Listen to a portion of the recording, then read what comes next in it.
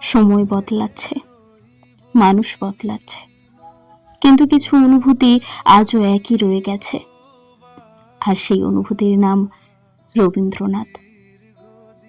ভালোবাসা যখন গভীর হয়, আমরা রবীন্দ্রনাথকে খুঁজি। একাকিত্বতা যখন নীরবে গ্রাস করে, তখনও যেন তারই লেখাগুলো পাশে এসে বসে।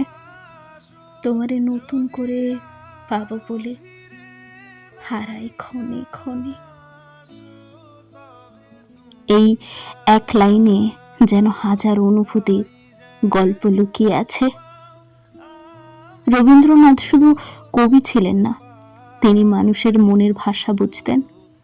অভিমান, অপেক্ষা, না পাওয়া আর ভালোবাসা, সবকিছুই তিনি শব্দে বাঁচিয়ে রেখেছেন।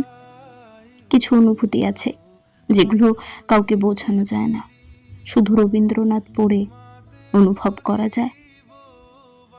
এই প্রজন্ম যখন মন খারাপ হয়, রবীন্দ্রসঙ্গীত শোনে, তখন বুঝতে পারি রবীন্দ্রনাথ শুধু অতীত নন, তিনি আজও আমাদের হৃদয়ের এক অংশ। কিছু মানুষ সময়ের সাথে সাথে হারিয়ে যায়, কিন্তু কিছু মানুষ অনুভূতির মধ্যে বেঁচে থাকেন চিরকাল। রবীন্দ্রনাথ তেমনই একজন নাম। রবীন্দ্র জয়ন্তীর শ্রদ্ধাঞ্জলি ও ভালোবাসা। বিশ্বকবি প্রিয় রবীন্দ্রনাথ।